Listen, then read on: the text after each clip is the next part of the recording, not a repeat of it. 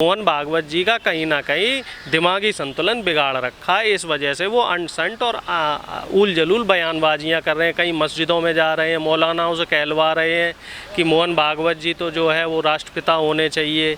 कहीं मोहन भागवत जी राहुल जी की तारीफ़ करते हैं, कहीं मोहन भागवत जी सोनिया जी की तारीफ़ करते हैं कि सोनिया गांधी जी ये हैं वो हैं, और कहीं ये कर रहे हैं। तो मोहन भागवत जी पहले तो अपना स्टैंड क्लियर करें कि आप करना क्या चाहते हैं, और इस तरह की जो फिजूल की बयानबाजियां हैं उनसे परहेज करें।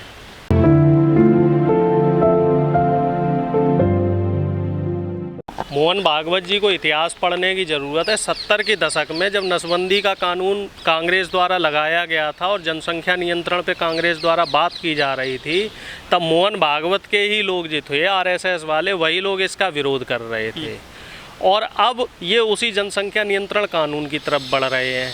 इस बात को संजय गांधी जी ने 50 साल पहले समझ लिया था कि जनसंख्या देश के लिए समस्या है, लेकिन तब के हालात में और अब के हालात में फ़र्क है। अब स्थिति ये है कि अगर जनसंख्या नियंत्रण कानून ना लगा के हम सभी लोगों को शिक्षा की ओर जागरूक करें तो हमें ज़्यादा फ़ायदा मिलेगा, ज़्यादा लाभ मिलेगा।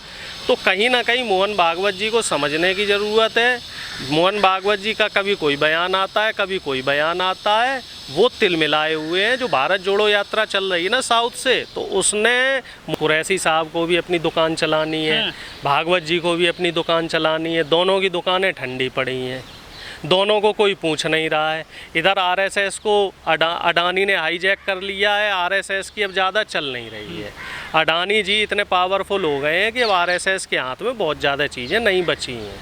तो इसलिए कहीं ना कहीं मोहन भागवत जी अब अपनी और आरएसएस जो है वो अपनी ज़मीन तलाश रहा है। इसी वजह से ये कुरैशी साहब के पास जा रहे हैं और तमाम मौलानाओं के पास जा रहे हैं, और जो तमाम मौलाना जिनके पास जा रहे हैं उनके भी मामले इस समय ठंडे पड़े हुए हैं। तो सब मिलजुला के कुल मिला के लोकप्रियता बटोरना चाह रहे हैं, और जनता को इन चीज़ों में अब कोई ज़्यादा दिलचस्पी नहीं है कि जनसंख्या का कानून आए या फिर हिंदी राष्ट्रभाषा बने। जनता समझ रही है, जनता सब समझ रही है कि इनकी कथनी और करनी में कितना फ़र्क है। ये 50-60 रुपए का डीजल पेट्रोल कहते कहते सरकार में आए, और इस समय महंगाई के नाम पे लूट खसोट मचा रखी है इन लोगों ने। तो इनकी बातों को अब बहुत ज़्यादा गंभीरता से नहीं लिया जा रहा है। मोहन भागवत कह रहे हैं सबको रोजगार कैसे दिया जा सकता है? तो ये बात तो इन्हें 2014 से पहले सोचनी चाहिए थी, जब ये कह रहे थे कि हर साल 2 करोड़ रोजगार देंगे और काला धन जो है वो वहाँ से वापस आ जाएगा, स्विट्ज़रलैंड से, स्विस बैंक से डीजल पेट्रोल की कीमतें कम हो जाएंगी। अब आज की तारीख में देख लो, डॉलर जो है, डॉलर के मुकाबले जो रुपया है वो 82 पार हो गया है। इतनी ऐतिहासिक गिरावट, और अब वो प्रधानमंत्री जी, अब आरएसएस और अब बीजेपी के लोग उस पर बोलने को तैयार नहीं है। पहले जहाँ 60-62 रुपया चल रहा था डॉलर के मुकाबले, तब ये लोग कहते थे कि प्रधानमंत्री जी की इज्जत गिर रही है, प्रधानमंत्री जी की जो है गुडविल गिर रही है। अब प्रधानमंत्री जी कहाँ हैं? अब बीजेपी के लोग कहाँ हैं जो आए दिन दिल्ली और समेत तमाम मीडिया पे बैठ के चिल्लाते थे, दहाड़ते थे, विधवा विलाप करते थे? अब ये लोग कहाँ हैं? अब ये सब लोग सत्ता की मलाई खा रहे हैं। अब इन्हें जनता के हितों से कोई सरोकार नहीं। लेकिन बीजेपी के नेता कई बार बोल चुके हैं यदि जनसंख्या नियंत्रण नहीं हुआ ना, फिर एक और पाकिस्तान बन जाएगा देश में। देखिए, ये धर्म की राजनीति छोड़ दें। जो इंटेंशनली एक धर्म को टारगेट करके जो ये वोट बैंक की राजनीति करते हैं उसको छोड़ दें। जो इस समय मुद्दे हैं उन पे बात करें। शिक्षा, रोजगार, महंगाई, महिला सुरक्षा और किसानों के मुद्दे, ये जो 4-5 मुख्य ज्वलंत समस्याएं हैं, इन पे काम करना शुरू करें। ये धर्म का जो ये आप मस्जिद का, मंदिर का और आप हिंदू मुस्लिम का ये जो सब काम कर रहे हैं ना, इस काम से बहुत ज़्यादा लाभ इनको नहीं मिलने वाला है।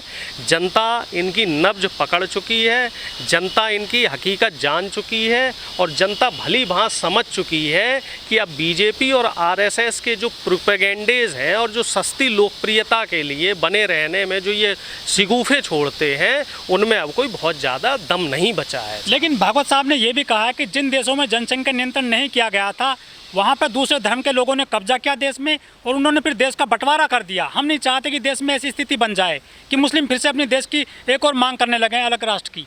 भाई देखिए, इसमें मुझे एक चीज़ ये समझ में नहीं आती कि आप मुसलमान तो टाइट कर रहे हो, चलो अच्छी बात है, ठीक है, लेकिन जो अभी 2-3 दिन पहले तमाम दलित और पिछड़े बौद्ध धर्म की जो दीक्षा ले चुके हैं, तो उस पे मोहन भागवत जी का क्या स्टैंड है।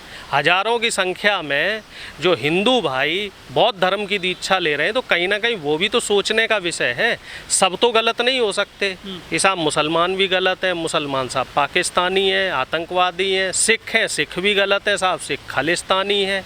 ईसाई हैं, ईसाई तो शुरू से गलत थे क्योंकि उन्होंने देश पे राज किया। अब साहब बौद्ध धर्म के लोग भी गलत हो गए।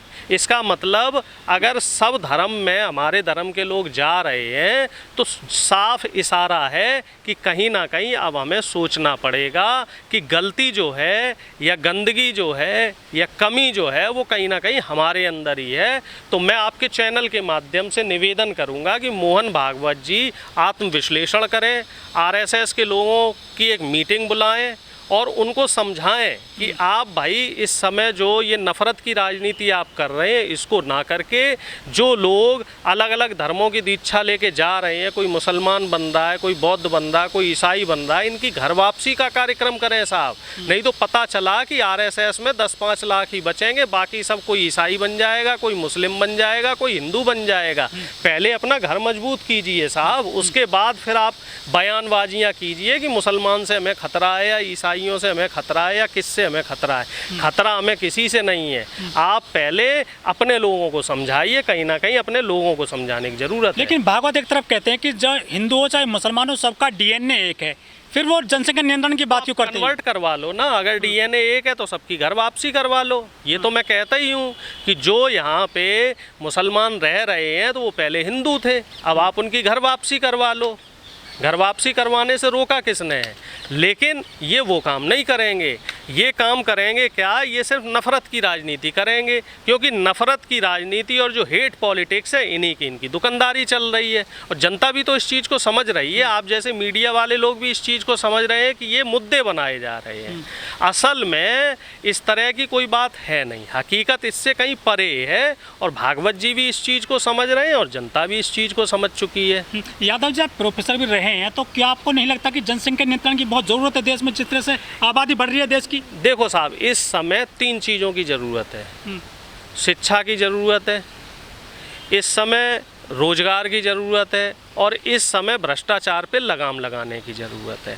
अगर सरकार ईमानदारी से इन तीनों मुद्दों पे काम कर ले तो देश की जो बाकी समस्याएं हैं, गरीबी, भूखमरी और जो ये आप जनसंख्या, ये सारी समस्या खत्म हो जाए। संसाधन सीमित हैं सर, संसाधन बहुत है, उन संसाधनों का सदुपयोग नहीं हो पा रहा क्योंकि जानकारी का अभाव है, शिक्षा का अभाव है। हमारे देश में शिक्षा का अभाव है। 20 करोड़ लोग भूखे सोते हैं सर देश में। इसलिए सोते हैं कि जो हमारे अनाज के भंडार है ना वो भरे पड़े हैं, वो सही जगह अनाज नहीं पहुंच पा रहा है। अच्छा। जो सोर्स हैं, जो स्रोत हैं, उन स्रोतों का बराबरी से वितरण नहीं हो पा रहा है, और उसकी पीछे भी शिक्षा का अभाव है। जो हमारे देश का प्रत्येक नागरिक है उसको उसके मूलभूत जो अधिकार हैं उनको समझाने की ज़रूरत है, और उन मूलभूत अधिकारों को समझने और समझाने के लिए उस व्यक्ति का शिक्षित होना ज़रूरी है। जो ये फ्री की रेवड़ियाँ मोदी जी बांट रहे हैं, बीजेपी आरएसएस के लोग बांट रहे हैं, इससे जनता का भला नहीं होना है। शिक्षा मुफ्त कीजिए, इसके अलावा चिकित्सा मुफ्त कीजिए, इसके साथ हर व्यक्ति की रोजगार की सुनिश्चिति कीजिए। अगर पढ़ा लिखा व्यक्ति रोजगार उसके पास होगा तो वो अपने आप समझ जाएगा कि हमारे लिए क्या सही है और क्या गलत है। आप तो जनता को मूर्ख बनाने का काम कर रहे हैं कि साहब मुसलमानों से खतरा है, साहब इससे खतरा है, साहब उससे खतरा है, धर्म जो है, देश जो है वो संकट में आ जाएगा, धर्म संकट में आ जाएगा। धर्म और देश कहीं नहीं संकट में आ रहा साहब, इनकी दुकानें संकट में आ रही हैं। इस वजह से ये मुद्दे से भटका रहे हैं जनता को, और जनता भी कहीं ना कहीं अब इनकी नब्ज पकड़ चुकी है।